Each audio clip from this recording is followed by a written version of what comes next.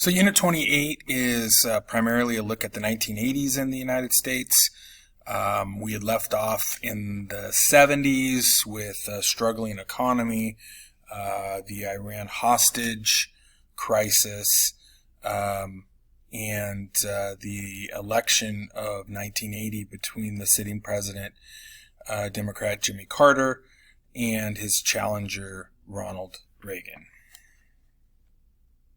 So to review from last time, Carter had been the former governor of Georgia when he defeated then President Ford in the 76 election. In 1980, he will run against Reagan, who is a former actor and governor of California. Carter campaigns in the election of 1980 mostly in a negative way against Reagan. It was mostly an anti-Reagan campaign, and you can understand why when you see the things that were kind of unfolding by 79 and 80 when the campaign was going on, in that the economy was struggling, the whole Iran-Contras later in this unit, the whole Iranian hostage crisis, was really kind of a black mark on Carter's presidency. So he saw more worth in attacking Reagan than he did in running for, kind of how things were going under his watch at the time. Now, in doing that, he claimed that the United States would lose advancements it had gained in civil rights in the 1960s, bring instability to the world because of Reagan's adversarial position to the Soviet Union and communism. Reagan is not kind of holding to the détente that we had seen in the 1970s initiated by Nixon as he's running in the campaign. He's got more of an adversarial, oppositional opinion towards the Soviets. And so Carter claimed that this was dangerous, that this was going to kind of dismantle strides we had made in the 70s and create a more dangerous, hostile world.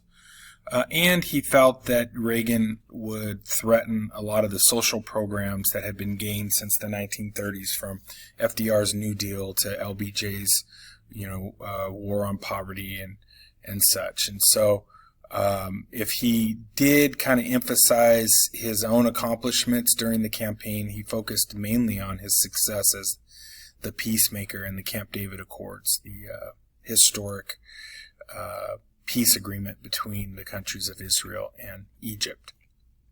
Opposed to that, Reagan ran a more positive, patriotic, and pro-American campaign. Now, that's not to say he didn't attack Carter during the campaign, because he did, and he continually reminded America, the bad things that were occurring in 1979, and put that at the in 1980, and put that at the foot of Carter for responsibility. But overall, his message was a more patriotic, upbeat, pro-American campaign. And he focused specifically on reducing the size of government, and talked about how government encroached on people's lives. And he promised to reduce taxes if he was elected president. So as it got close to election time in November, Reagan at first was trailing Carter. That lead started to change, and then a significant point in the campaign was the final debate between the two, where Reagan seemed to come out on top, and it really changed the momentum and eventually led to his election. The struggling economy and failure to get the release of the American hostages ultimately hurt Carter. Polls that were taken after the election suggested that the vote may have been more of an anti-Carter vote than a pro-Reagan, that Carter actually had made some strides in scaring America about Reagan, but that in the end it was more just the failures of Carter And that was kind of what the indictment of the election was in choosing Reagan. An interesting dynamic that occurred in the election was that white evangelical Christians flipped their votes in 1980 from a support of Carter, who was a devout Christian in his own explanation. He had been a Baptist Sunday school preacher with the interesting mix of progressive political philosophy, but still had kind of resonated with a lot of the white Christians and their votes in 76. That changes, though, in 1980, thanks to an ascending public figure in pastor or preacher Jerry Falwell, who headed up what he called the moral majority, which he felt like, progressive politics was harming the nation. He himself, a conservative, vowed to support conservative candidates and saw Reagan as that guy in the election.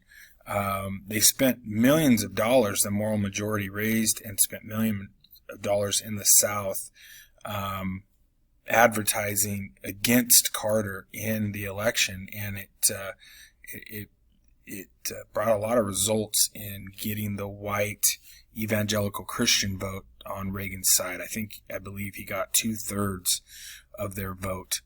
Reagan himself was also a devout Christian, but that was kind of an interesting change, an interesting dynamic that you're going to see. And still to this day, evangelical Christians have supported primarily now the Republican and conservative candidate in each election. So this was kind of an important election in changing that trend. Now, politically and ideologically, the election of Reagan in 1980 signaled or denoted or showed a real shift in the political mindset of Americans from what it had been for years before that. Reagan's victory in 1980 is referred to by historians as a conservative revolution, or even specifically the Reagan Revolution. And it signifies to them a shift in the voting populace for conservative ideology versus the trend since the 1930s, which was to support progressive ideological presidents. Now, there had been times where, conservatives had gotten, votes here and there in Congress. But the presidency, even when two Republicans had been elected during this time period in Eisenhower and Nixon, Eisenhower in the 50s, Nixon in the early 70s, they weren't considered traditional conservatives in a sense, definitely more conservative than, the progressive Democrats that have been voted in there. But compared to kind of your traditional in the mold of, let's say a President Taft or President Coolidge in the 1920s. Eisenhower and Nixon were more moderate in their conservatism, and both had instituted and supported massive government programs while they were president, which kind of goes against conservative beliefs. So they really see Reagan as different and a change and a shift in voting for this kind of ideology. Reagan was more in the mold of Barry Goldwater. Remember, we talked about him in the 1960s discussion. He was a failed presidential candidate, one of the most lopsided elections in history, where LBJ defeated him in 64. But Goldwater was always credited by Reagan really as kind of setting a foundation for him. And it took America time, but between 64 and 1980, they actually voted for the same type of ideology, which was a need to shrink the size of government. Conservatives like Reagan saw the government as well-intentioned, maybe, but ultimately a failure to solve society's biggest problems. In fact, Reagan had a famous quote where he said, "Government is not the solution to our problem, government is the problem." So this is a pretty significant ideological shift to the way things were going in the country between 1932 up to 1980.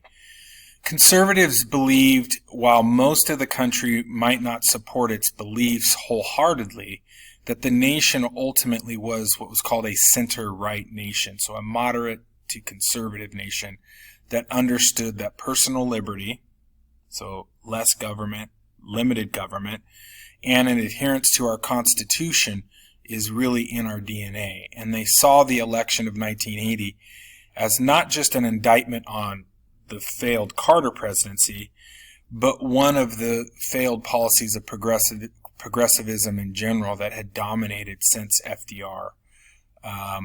Reagan himself, interesting enough, had been an FDR supporter and New Deal liberal, especially early in his Hollywood career, who eventually converted 180 degrees to conservative ideology by the 1950s.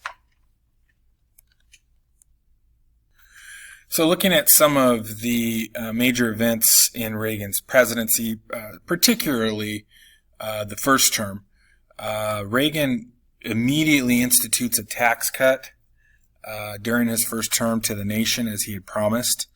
For over a year, though, after those cuts, the economy continues to struggle. So there was a lot of kind of doom and gloom, both in his administration, but towards his administration more from the American people, like, wow, what did we get ourselves into?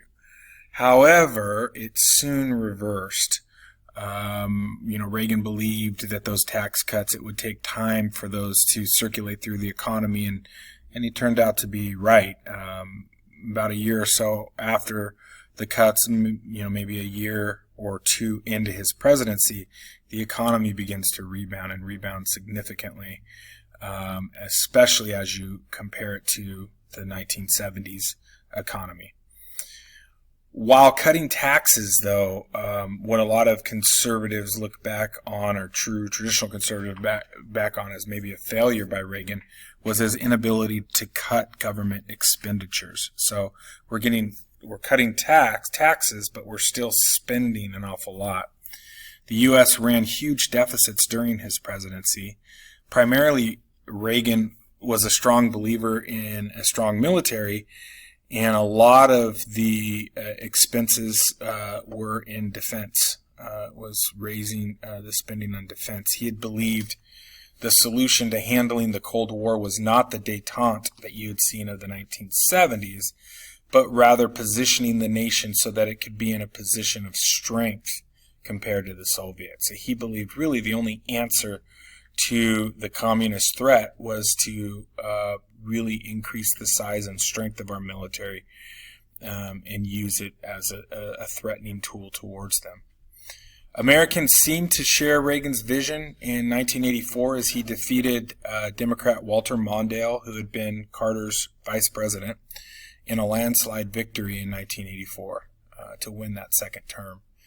Reagan's vice president, who we'll talk a lot more about in the end of this unit, was George H.W. Bush, Bush the Elder. A lot of times he's referred to because we'll see in future units that his son will also become president. He was a decorated World War II soldier, a congressman from Texas, and the former head of the CIA, the Central Intelligence Agency. So he had quite a resume and served as Reagan's vice president for 2 terms.